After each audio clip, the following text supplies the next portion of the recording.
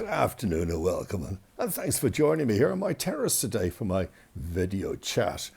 For those of you who don't know where I am, let me just explain exactly where I am. I'm in a place called Benahavis, sort of the province of Benahavis, if you want. In front of me here, I'm looking down on San Pedro, Marbella, and to the right of me, I'm looking at Estepona, and in front of me the whole way is the beautiful blue sea of the Mediterranean. And I'm delighted you've joined me. Thank you for joining me today. Now, the story I'm going to tell today is that you probably saw publicised. No, it wasn't Donald Trump really giving a bit of publicity to my show, but thank you anyway.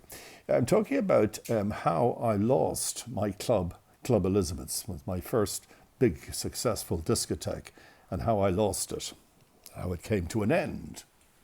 Okay, let's start at the beginning. You know, I'm not going to go right over how I acquired Elizabeth's and how it all came about, but I was in London. I was about 17 or 18, and my cousin brought me to a club, and it was a sort of a basement club, and it was the first discotheque I'd ever been in. Up to then, bands, you know, playing, but here this was pure music, records, and I loved it. I loved it. I loved the whole atmosphere, the dark, you know, going down into the basement and all that sort of feel to it. Anyway, I came back to Dublin determined that's the next big thing after the failure of my band not to be the Beatles. Well, I had the ambition, why not? Nothing wrong with ambition. So I went to my father and said, Daddy, I need some money. And he said, really? And what do you need money for? He said, I want to build a discotheque. Well, what tech? A discotheque. Now, Morris, what are you on about? What's a disco what? Discotheque. So I explained to him what a discotheque was, and he said, hold on a minute now, where's the band? I said, there is no band. You want people to go down to your discotheque and maybe give you some money, and they'd play records on a record player. Whereas most people have record players. Why the hell would they want to give you money to go and listen to a record on a record player if they could listen to one at home? What happens if they don't like the record? Oh, that's okay. Did they change it? No. We have a disc jockey. Now, my father was the master of the hunt. Great horseman, my father. He said, yeah. Excuse me for laughing, Morris. You're telling me now you're going to have a jockey playing the records. Now, a jockey's great on the horses, but I'm not sure about music. No, he's not a horse jockey. Oh, it's a different thing. Anyway, then he said to me, you know, what about a license? He said, no, look, Dad, please, I want the money, Daddy, please. And he said, no, you're not having it. I don't believe in it, and I don't believe in what you're talking about. So luckily, a friend of my father's was a big builder in Dublin. His son, young Ronnie, I talked to him, and he was a good bit older than me. I was probably 18 at the time. He was about 25, 26. That was very old when you're a teenager. Anyway, I chatted to him, and I told him my idea for a discotheque. And you know something? He liked that idea. Yeah, he liked the idea. He said, I'd love to help you. So he said, let's find a premises. So I found a beautiful, you know, Leeson Street is like a 5-star area of Dublin. All the beautiful Georgian houses, absolutely lovely. And while I was in London, I said, I saw the club in the basement, so I was determined to find a basement to put my club in. And there was a fabulous basement to rent there. You remember the old days, of course you do. Upstairs, downstairs, you remember all that. So the basement area was the kitchens and the staff quarters, etc., etc. So this was obviously in its day exactly that. The very front, they had an entrance area, which I thought that would be my foyer. Then they had a very large room you came into, and I thought that would be the dance area. And then the next room to that would be my dining room. And then there was a room at the back that probably was the stables in the old days, would be my kitchens. And that's exactly how we built it. And Ronnie I designed it so they built it like with caves. You know, in caves, like each cave would have a little seating area in it, like a booth. And that's what we did. And it looked great. I must say, it looked great. So then I went to get my license, only to discover you can't have a license. You can only have a wine license. And if you serve food, you're allowed only to drink till 11 o'clock. That was a great shock. Maybe I should have done a little research before I decided to go ahead with all of this. So I said, okay, I'll take the wine license. And I was telling my father, who wasn't, he wasn't happy at all. He said, Morris, are you telling me, now think about this, that Paddy would go out on a Monday night and go into your club, your disco schmeck, and ask for a glass of wine? The only wine we ever drank in Dublin and Ireland in those days really was on a Saturday night when we went out for dinner. We'd have a bottle of Matthews Rosé. That would be it. You crazy guy, this is not going to work. You're walking into disaster, I'm telling you, Morris. Anyway, I had a friend who was a friend of one of Ireland's top models at the time, Liz Willoughby, and I had a meeting with her and I said, "Can you in association with us somehow? I want to call the club after you Elizabeth's." So we made an agreement. And I called the club Club Elizabeth and used her sort of as the front person. No one knew me then, really. And used Liz Willoughby, Elizabeth. I thought she'd draw all the right people in. And I must tell you, we opened up with a huge flurry of the elite like to meet. All Ireland's, Dublin's wealthy businessmen, politicians, they loved it. We didn't have a discotheque in Dublin as such, not with a dining room. I said there was a few little clubs, but nothing like this. And it was, I'm going to say overnight success. I'm not talking about financial overnight success, but I am talking about the amount of the type of people. In fact, I wouldn't even put a sign outside it. I remember my father now was getting very interested. He used to go there a lot with my mother and bring his friends. And I must say, the success of Elizabeth's, a lot of it to do with him and his friends. I must tell you, I will give him that credit. But I remember saying to me, Morris, why don't you put a bloody sign on the street? How do people how will they find you? And I always say to him, if they don't know where I am, they're not coming in. And I had all sorts of crazy policies I was thinking of today. For example, I had this thing about guys wearing beards. I didn't like guys wearing beards. And I used to say to the door staff, be careful of men and beards. I don't mean the women, I mean the men. Honestly, I saw a Studio 54 documentary, and it was very hard to get into Studio 54 in New York. And I wanted that policy in Ireland. You certainly couldn't come to my club in a pair of jeans and a T-shirt. That'd be out of the question. Mind you, jeans weren't very fashionable then, but I really was much happy if you had a tie and shirt on. Although I didn't dress like that, you'll see in the photographs. Anyway, the story, I've been through all that story. So one of the drawbacks was not only the wine, but that took off it was like the first wine cellar, if you want, in Ireland, the wine bar, and it was fantastic. People were drinking a lot of champagne. But the problem I had, and this was a major problem, the license to serve alcohol or wine was up to 11 o'clock with a meal. And of course, people were having dinner. They'd come into the club at 10, 9:30, 10, have dinner. It'd be 11 o'clock when they're still having dinner. 12 o'clock, they'd be getting up for a dance or two. 1 o'clock, they'd have another few bottles of wine or champagne or whatever they're drinking. It was flourishing at 1:30 in the morning, 2 o'clock. Now, around the corner from Leeson Street is Harcourt Terrace, Harcourt. It doesn't matter, the name doesn't mean anything to you. But it was the local police station. And in charge there was Inspector Malone. I'm making him famous now. Inspector Malone. And Inspector Malone didn't quite get it, that all these cars were double parked outside a building in Leeson Street at 2 in the morning. So him and his right-hand policeman, or whatever you call him, they decided to make a visit. And he came down the stairs, and we didn't think of anything about raids or anything like that. We never crossed our mind. And he rang at the doorbell. "Hello, how are you? It's nice to meet you, Inspector." And he says, "What are you doing now?" I said, "Pardon, what do you mean?" "What are all those people? What are all those cars? What are they all doing in your club or in your place in there?" And I said, "Well, it's a discotheque." "What?" So I had to explain to him, "It's very loud." I said, "I know, but I'm not disturbing anyone."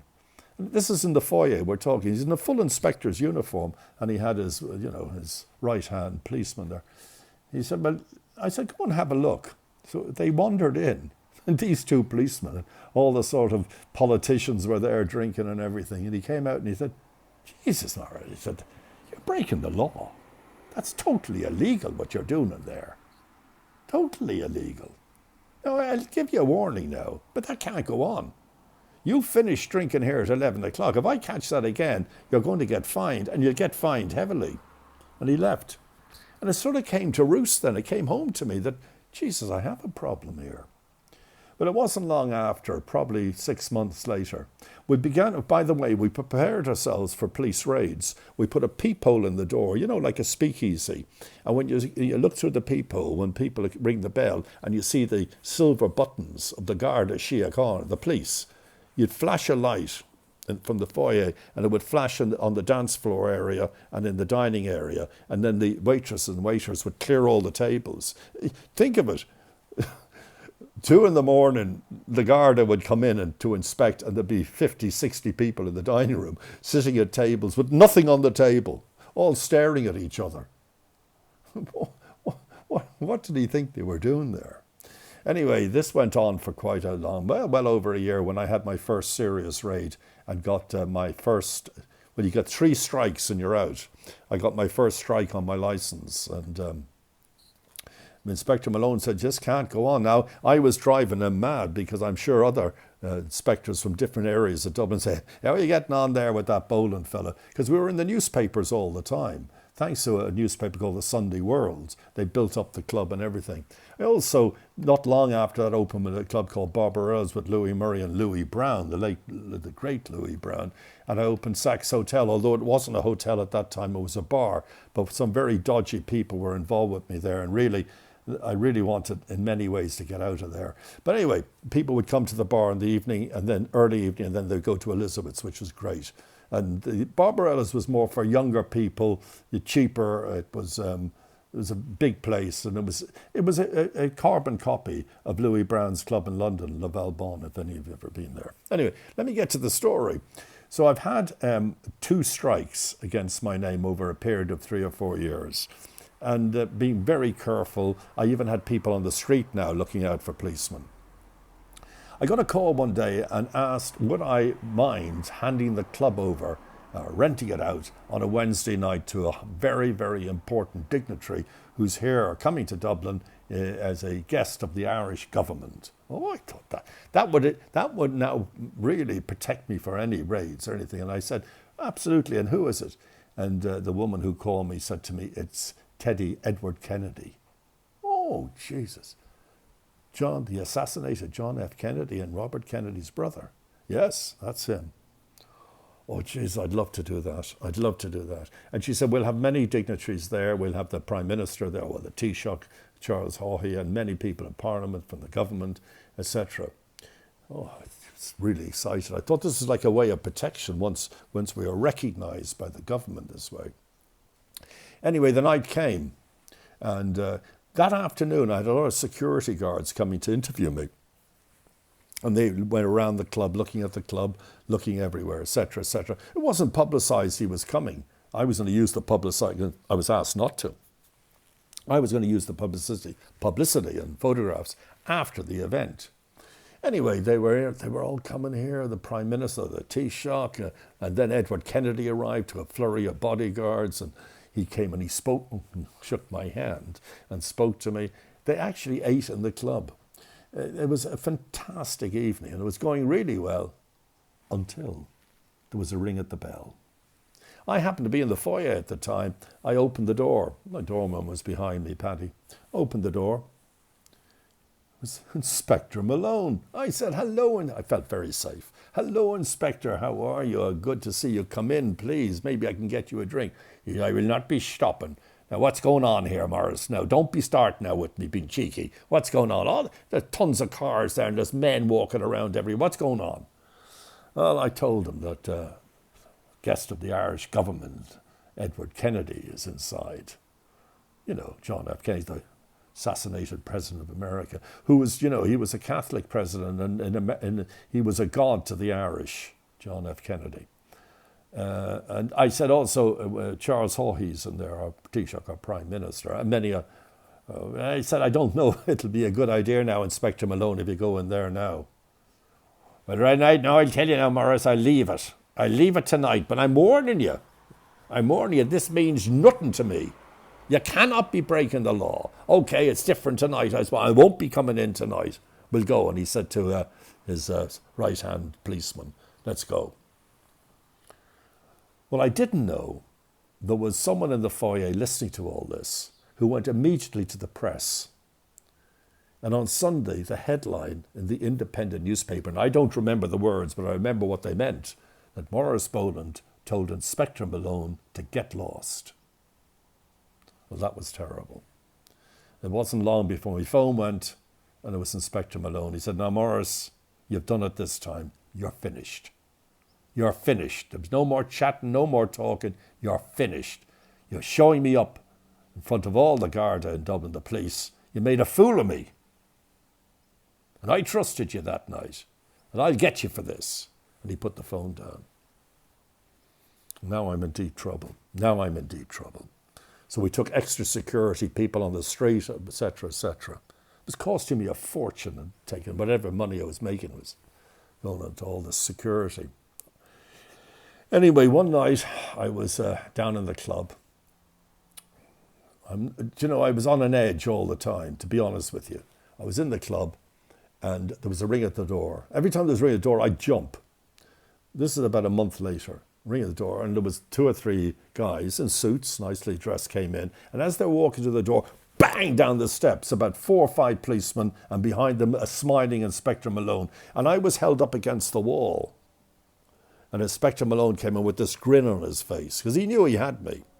The club was packed inside. And as they were holding me there, Pat Clark, who was my restaurant manageress, came running out, not even looking at the police, but Morris, Wendy's just called, that's my wife. Wendy's just called, said the waters are broke, she's gone to the nursing home to have the baby. And I'm up against the wall with policemen facing off me. Well, the police went in, of course, caught everyone. Everyone was drinking, everybody. And that was it. Anyway, the next day, he said, "You're finished now, and it serves you bloody right, Boland."